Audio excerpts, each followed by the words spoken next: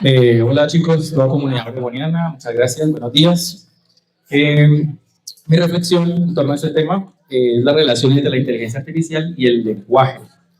Este amiguito que está aquí, que se llama HAL 9000, como lo pueden ver ahí, es una de las primeras inteligencias artificiales que surgió por ahí en la cultura popular, que les voy a mostrar más adelante.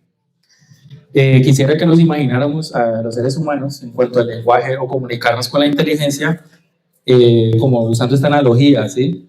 Somos seres que estamos cruzando un túnel, ¿cierto? Rodeado de tecnología, como se ve esa persona ahí, pero miren que él va como prevenido, ¿sí? Va protegido y va expectante, ¿sí? Me gustaría que usáramos ese fotograma de una película que les voy a mostrar ahorita, como la analogía de nosotros trasegando ese lenguaje entre hombre y máquina. El contexto de este film que les quiero mostrar para contextualizar esto es una novela que se llamaba Odisea del Espacio 2001. Se publicó en 1968 y en ese mismo año se hizo una adaptación cinematográfica por un director británico que se llamaba Stanley Kubrick. Es una pieza de cine, pues una obra maestra para que la vean.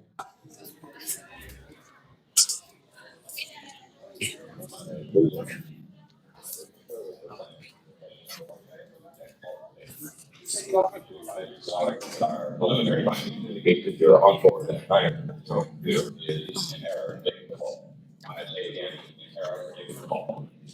I know this sounds rather incredible, but this conclusion is based on results of our 2900 computer.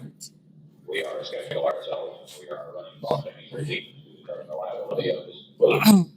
Sorry about this science. Get this info to you just as soon as we work it out. X-ray Alpha 1, this is mission control 049 transmission. I hope the two of you are not concerned about this. Are you quite sure? Yeah, I'll ask you a question. Of course. How would you accomplish this breakthrough between you and China? Well, I don't think there's any question about it. O sea, es como un computador que maneja la nave espacial. This sort of thing has cropped up before, and it has always been due to human error. Listen, there's never been an instance at all. Computer error occurred in 9,000 series. None whatsoever. The 9,000 series has a perfect operational record. Well, of course, I know one of the achievements of 9,000 series, but I can certainly there's never been any case of even the most insignificant computer error. None whatsoever. Quite honestly, I wouldn't worry myself about that. Well, I'm sure you're right. Okay. Thanks very much. Oh, Frank. I'm having a little trouble with that transparency. I hope you come back to go ahead. Yeah. See you later.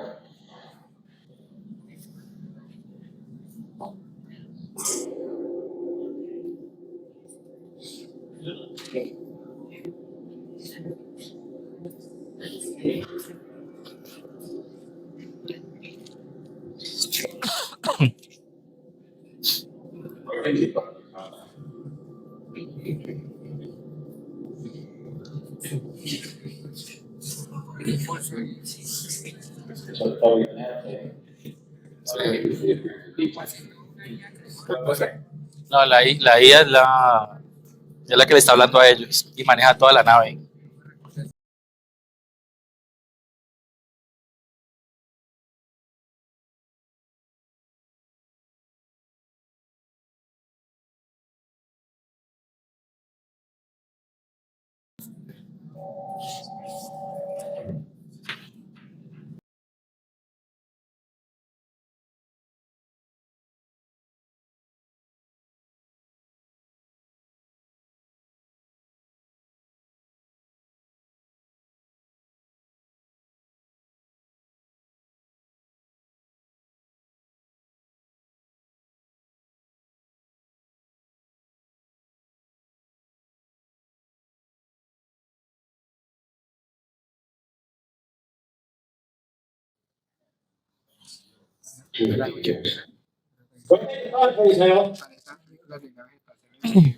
Sure.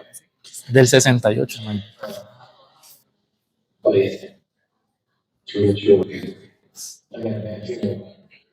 Yeah, that's you. You know, things. You know, unfortunately, it's running about the 9,000 series.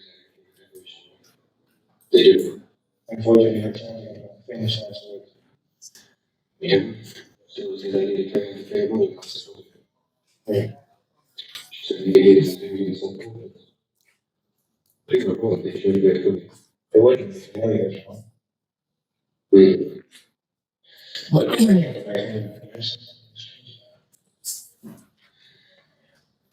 so like, the reason more really carrying the fair money costs. Yeah. Well, okay. I think we got the other day. Don't give them random. It would be a very serious problem. Okay. One of them is the opportunity. I don't think they have. There's a single executive operation. If you were to review one function, you would see how they choice. Okay, agree. If you have anything else to do? Yeah. We have to consider very functions. Without distributing the ability, automatic rating choices. And we have to work out the transfer procedures to continue the mission of ground-based data control. Yeah, well, that's far as how. No, nothing, Mr. President. Well, as far as I know, no one's has a computer-driven system. That's not really good.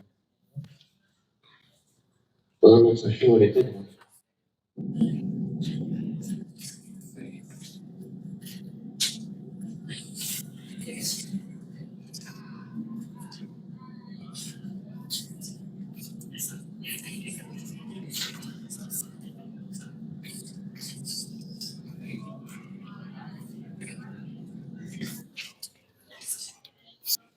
Bueno, entonces, ¿cómo vieron la situación? HAL 9000 es la computadora que controla toda la nave. Los astronautas, los mismos astronautas le generaron un error a HAL 9000 porque ella estaba programada para no mentir a los humanos. Pero uno de los astronautas le dijo, tienes que guardar este secreto. Entonces ella entró en conflicto y generó un error. Ese error va a causar que ellos desconecten a HAL 9000, pero ella se acaba de dar cuenta. ¿Cómo se dio cuenta? A pesar de que ellos hicieron una trampa ahí para hablar solos, HAL 9000 encontró una manera, ¿cierto? Quiero que tengan esa idea ahí hasta el final de la presentación solamente. Y primero, pues, hacer una distinción conceptual. ¿Qué es el lenguaje en general? ¿Qué es una lengua y qué es un idioma? Que de pronto, para aclararlo, el concepto nos ayuda a transitar mejor. Sí, el lenguaje en general es como un sistema de signos que sirve para comunicación, ¿cierto? Pero ese lenguaje no es solamente humano, no es exclusivamente humano. Se habla del lenguaje de programación, el lenguaje matemático, entre otros, ¿cierto? Cuando hablamos de lengua, sí, hablamos de un sistema organizado de signos y símbolos y de sonidos que nos sirve solo a los humanos a comunicarnos de manera verbal, básicamente.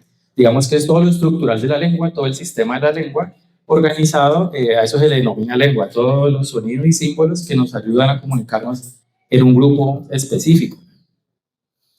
Hay un estudio relacionado con las lenguas en el área de la lingüística que se llama la sociolingüística. La sociolingüística estudia la relación entre una lengua X y la sociedad donde se ha desarrollado, o el entorno social donde se ha desarrollado esa lengua. Está la sociolingüística del español en tal parte, la sociolingüística del inglés en Nueva York, etcétera. Sí. Eso pues involucra unos aspectos sociales que no son tan cuantificables y no hacen parte del núcleo de las lenguas.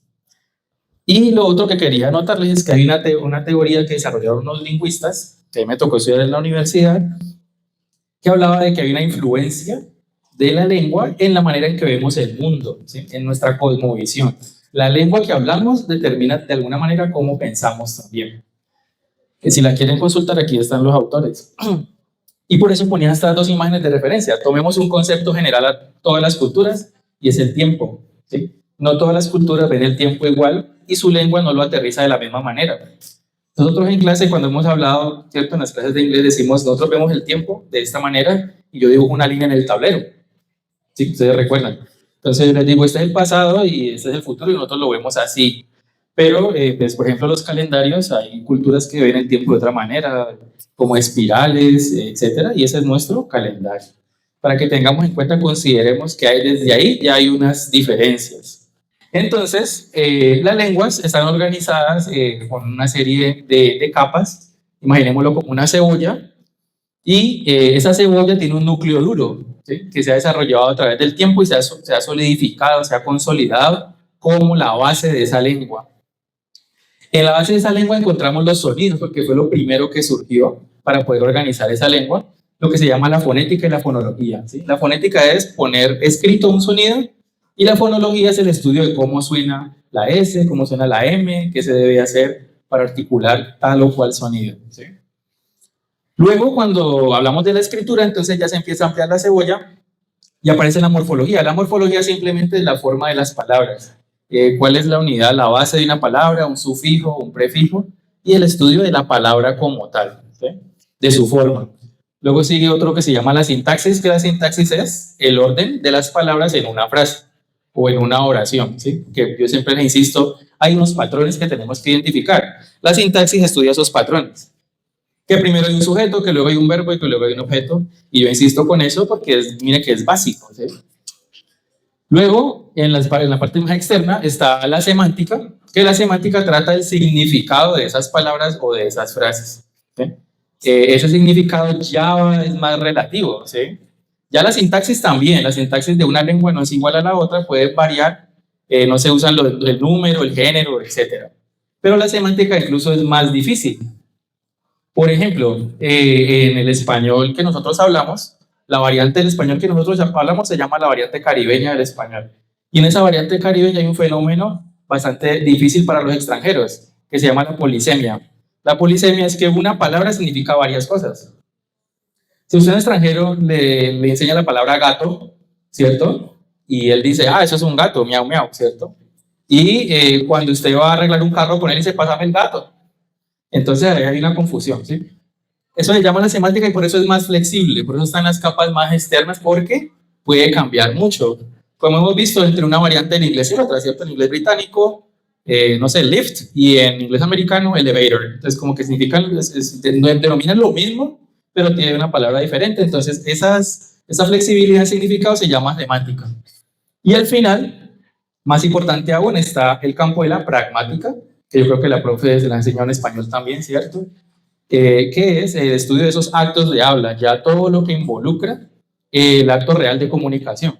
Pero en ese acto real de comunicación no es que nosotros hablemos como unos robots aludiendo solo al núcleo de la lengua, sino que es todo un proceso complejo de turnos, de pregunta-respuesta, en el que entran en juego nuestros valores, nuestra historia, nuestra cultura, etc.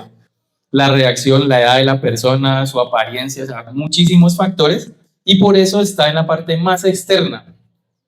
Si ustedes imaginan eso, hacemos otra analogía, en vez de cebolla, digamos que es el planeta Tierra. Si este fuera el planeta Tierra, la pragmática sería la atmósfera, porque la atmósfera es muy gaseosa, muy volátil, y es la puerta de entrada a un universo desconocido. O sea, de ahí para allá ya es muy difuso la línea, ¿sí?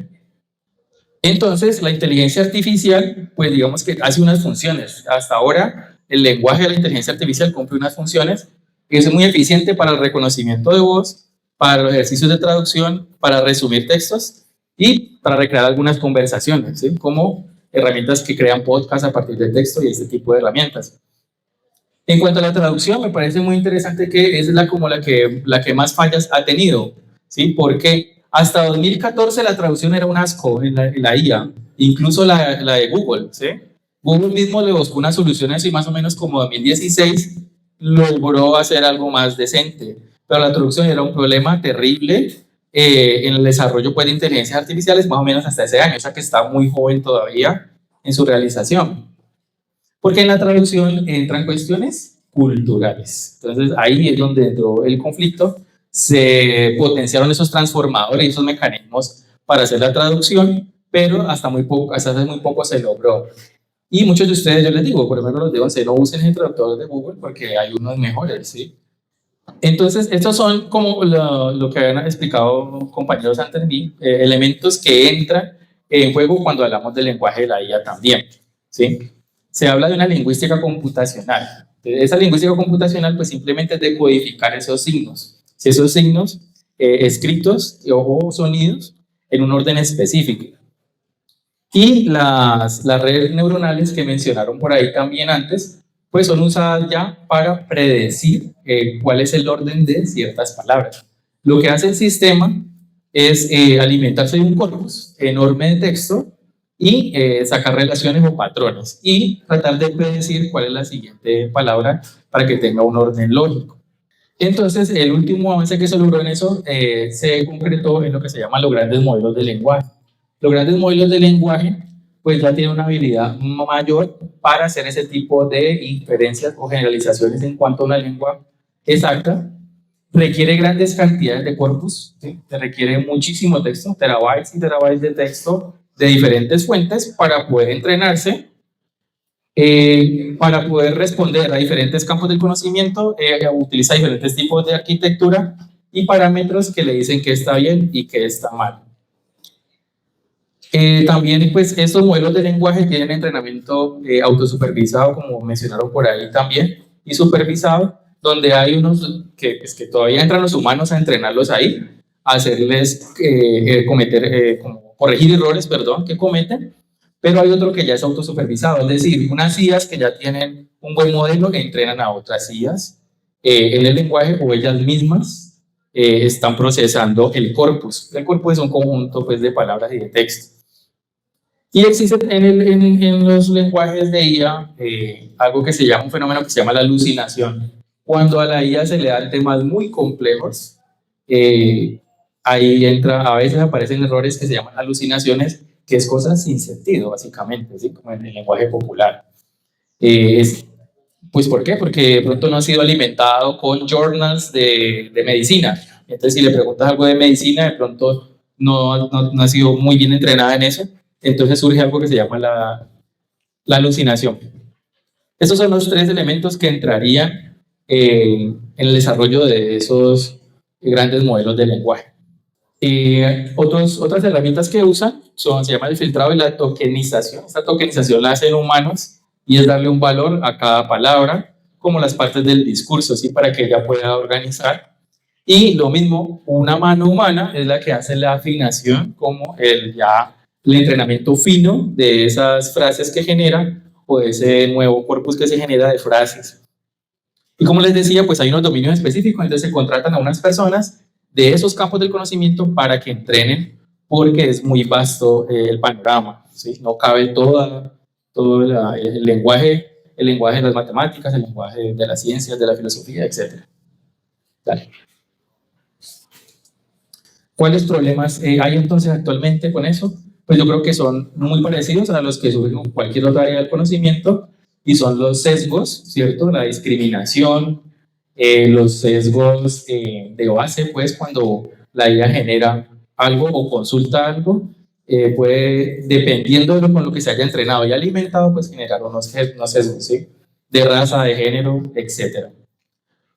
El problema de contaminación, que de pronto se sale del lenguaje, pero yo quería mencionarlo aquí, y es un problema muy grave de consumo de agua y de electricidad.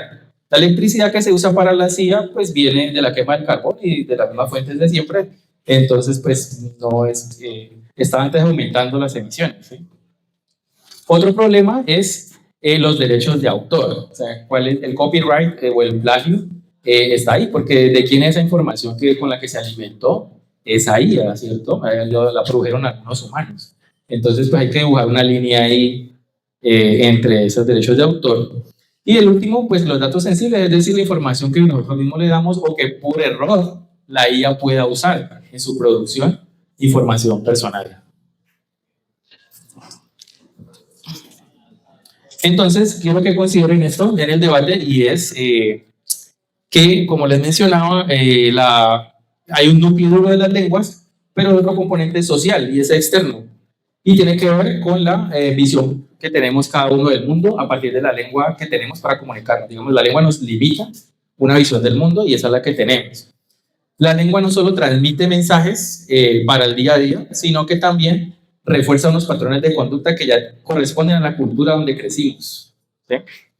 Ese concepto de cultura, por lo tanto, es digamos, esa mente colmena que tenemos como colectivo, donde tenemos unos valores comunes que aceptamos. Y la lengua es el primer vehículo de enseñanza de esa cultura. Cuando usted nace, en el contexto donde nace, le enseñan ciertos comportamientos y eso va a través de la lengua. Entonces, eso no es generalizable, digamos, no podemos decir que eso es un universal, ¿cierto? Finalmente, yo quisiera apoyarme en un lingüista muy famoso que se llama Noam Chomsky. El lingüista, entre otras cosas, activista político y otras cosas. Fue el último lingüista brillante que generó una teoría sobre la gramática universal y la teoría generativa. Chomsky dice que los seres humanos tienen una predisposición innata al lenguaje, porque con muy poco input, con muy poco estímulo, muy poca entrada, podemos crear infinitas frases y comunicarnos. Con lo que nos da la lengua materna, nosotros muy rápido, nuestro cerebro crea todo un sistema para comunicarnos. Y que existe como una gramática que es casi universal, casi universal a todos los pueblos y culturas, ¿sí? Aunque se han encontrado pues culturas indígenas por allá que tienen una gramática que no es universal, que no corresponde. Pero me parece muy valioso que él dice eso, o sea, no se requiere gran cantidad de corpus para que usted desarrolle el lenguaje, pero la IA sí lo requiere. Requiere enormes y enormes cantidades y todo el tiempo estarse alimentando. Noam Chomsky dice, en conclusión, y yo estoy de acuerdo con ello, pues digamos la IA simplemente es una forma sofisticada de plagio, ¿sí? En cuanto a hablando del lenguaje, no desde la lengua. Es plagio con pasos extra, ¿sí? O es como plagio con alta tecnología, pero definitivamente lo que va a hacer es decodificar, tomar una información que ya se le dio, pero no puede abarcar el complejo que es la comunicación humana. Bueno, esas herramientas de IA tienen algunos mecanismos para poderse acercar a esa cultura que les decía. Hay unos marcadores léxicos que le pueden dar pistas sobre el contexto, ¿ya? Pero que no van a identificar que usted es un adolescente de Palmira, pero digamos que lo puede acercar. También toma, digamos, los elementos narrativos. Cuando se le da un relato, él puede reconocer el orden cronológico, también con código, y algunas frases idiomáticas. Las frases idiomáticas son muy volátiles, digamos, lo que denominamos en inglés los idioms. Los idioms son frases que solamente tienen sentido en esa cultura, entonces tampoco son transmitibles. Si yo digo en Colombia, cuando el camarón que se duerme y lo lleva a la corriente, pues usted no puede traducir eso literal a otra persona en otra lengua, porque no va a tener sentido, ¿cierto? No tiene ningún sentido. Hay algunas equivalencias porque culturas no tan distantes tienen equivalentes. Entonces, diríamos camarón que se duerme, pues en inglés también existe o de pronto en francés, pero en otras culturas es un inconveniente, ¿sí? Además aparecen y desaparecen, o sea, como les decía, es volátil, ¿cierto? Entonces, bueno, finalmente hay digamos, un acercamiento a ese contexto, a esa referencia contextual, no a la cultura como tal, pero sí, digamos, la IA está avanzando en reconocer el contexto, al menos de donde se producen los mensajes. No son mensajes muertos, sino que corresponden a un contexto. Y, pues, como decía el profesor Hugo y otros, pues es muy eficiente para hacer eso, entonces lo hace mejor que un humano. Entonces, pues, reconoce más fácil, con muchos marcadores, reconoce más fácil el contexto de un mensaje que un humano que no pertenece a esa cultura. Y se acuerdan de HAL 9000, ¿sí? Lo que vimos al principio. HAL 9000, ¿qué hizo? Pues leyó los labios de los astronautas y se dio cuenta que le van a desconectar. Si quieren saber el desenlace de la historia, véanse la película, que es muy buena. No les voy a spoilear el final, es muy interesante, véanla, en serio. Se llama 2001 Odisea del Espacio, ¿sí? De 1968. Entonces resulta que miren que HAL leyó los labios. ¿En qué año hizo ese director de la película? 1968, ¿sí? Y miren en qué vamos, ¿sí? Entonces resulta que hace un par de años la Universidad de Oxford ya desarrolló ese software y es más preciso leyendo labios que los seres humanos. Eso es lo que quería dejarles como manera de reflexión. Gracias.